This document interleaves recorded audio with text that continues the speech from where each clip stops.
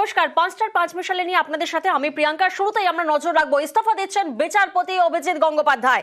মঙ্গলবার বিচারপতি পদ থেকে ইস্তফা অভিজিৎ গঙ্গোপাধ্যায়ের।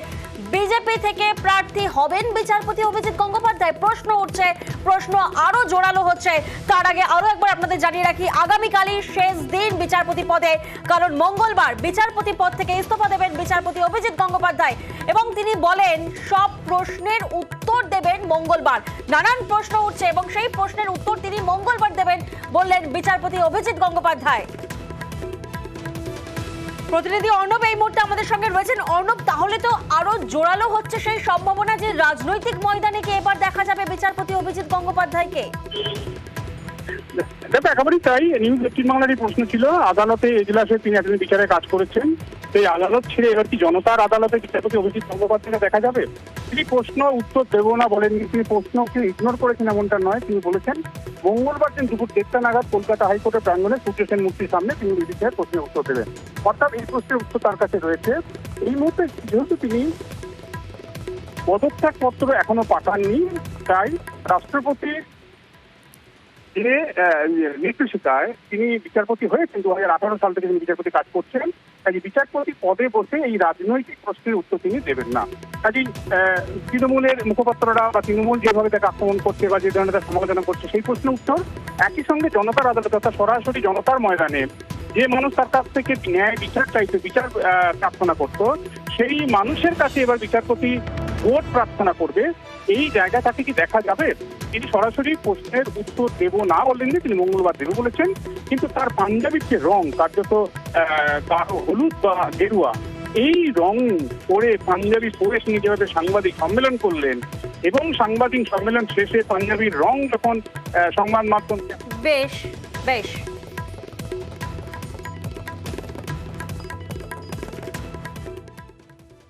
আমি বিচারপতির পদ থেকে মঙ্গলবার পদত্যাগ করব। আগামীকাল বিচারপতি হিসেবে আমার শেষ দিন। সেদিন আমি কোনো বিচারের কাজ করব না, শুধু কতকগুলো মামলা পার্ট হার্ট হয়ে আছে যেগুলো আমাকে রিলিজ করতে হবে আমার লিস্ট থেকে। কোনো অ্যাডজুডিকেশন নয়, অ্যাডজুডিকেশন আমি গত 7 দিন ধরেও করিনি, কারণ আমি ব্যক্তিগত কারণে ছুটিতে ছিলাম। তো কালকেও কোনো অ্যাডজুডিকেশন করবো না, শুধু মামলাগুলো আমার লিস্টের বাইরে করে দেবো। দিয়ে পরশু দিন আমি চিফ জাস্টিস, আমাদের হাইকোর্টের চিফ জাস্টিসকে মৌখিকভাবে জানাবো এবং পরশু দিন আমি ভারতের রাষ্ট্রপতিকে চিঠি লিখে জানিয়ে দেবো এবং সেই মুহূর্ত থেকে, যে মুহূর্তে আমি চিঠিটা পোস্ট করব, সেই মুহূর্ত থেকে আমার রেজিগনেশন কার্যকর হবে। এটাই কনস্টিটিউশন এবং কনস্টিটিউশন লয়ের প্রভিশন, সেইটা মঙ্গলবার হবে। আমি তো পদত্যাগ করছি, পদত্যাগ পত্র পাঠানো হয়ে যাবে ভারতের রাষ্ট্রপতিকে, চিফ জাস্টিস অফ ইন্ডিয়াকে এবং লিখিতভাবে আমাদের চিফ জাস্টিস অফ ক্যালকাটা হাইকোর্টকে জানানো হয়ে যাবে। তারপর বেলা 1টার সময় মাস্টারদা সূর্য সেন মূর্তির নিচে আমি হাজির হব। আপনারা সবাই থাকবেন যারা কিছু জানতে চাইবেন, আমি সব প্রশ্নের উত্তর দেব। আর মঙ্গলবার বিচারপতির পদ থেকে ইস্তফা বিচারপতির সেই প্রসঙ্গে বিরোধী দলনেতা শুভেন্দু অধিকারী তিনি বলছেন যে বিচারপতি কি করবেন ওনার জানা নেই, বই লিখবেন নাকি কোনো রাজনৈতিক মঞ্চে দেখা যাবে তাও জানা নেই। যদি রাজনৈতিক ময়দানে আসেন তাহলে দেখা হবে, কথা হবে। কি বললেন শোনাবো। অভিজিৎ বাবু পদত্যাগ গৃহীত হবে কিনা, অভিজিৎ বাবু পদত্যাগ করলে রাজনীতির মঞ্চে যাবেন না সামাজিক সংগঠনে থাকবেন না বই লেখার কাজ করবেন বা অরাজনৈতিক গণ আন্দোলন গড়ে তুলবেন বাংলাকে বাঁচানোর জন্য, সেটা তার সিদ্ধান্ত। তিনি যখন বলবেন যে আমি রাজনৈতিক প্ল্যাটফর্মে থেকে লড়াই করতে চাই, তো রাজনীতির কথা বললে আমি তখনই রিয়াকশন দেব। একটু 48 ঘন্টা অপেক্ষা করলে ক্ষতি কিছু নেই। আর এক্স হ্যান্ডেলে প্রতিক্রিয়া দিয়েছেন তৃণমূল নেতা কুণাল ঘোষ। তিনি বলছেন এই পেশার কেউ রাজনীতিতে এলে আগের পেশাগত সিদ্ধান্তগুলি নিয়ে নিরপেক্ষ জনিত প্রশ্ন উঠতেই পারে। রাজনৈতিক মত পার্থক্য থাকবে, কিন্তু অন্য গুরুত্বপূর্ণ পেশা থেকে যদি কেউ রাজনীতিতে আসেন তাহলে আগের পেশাগত সিদ্ধান্তগুলি নিয়ে নিরপেক্ষ জনিত প্রশ্ন উঠতেই পারে।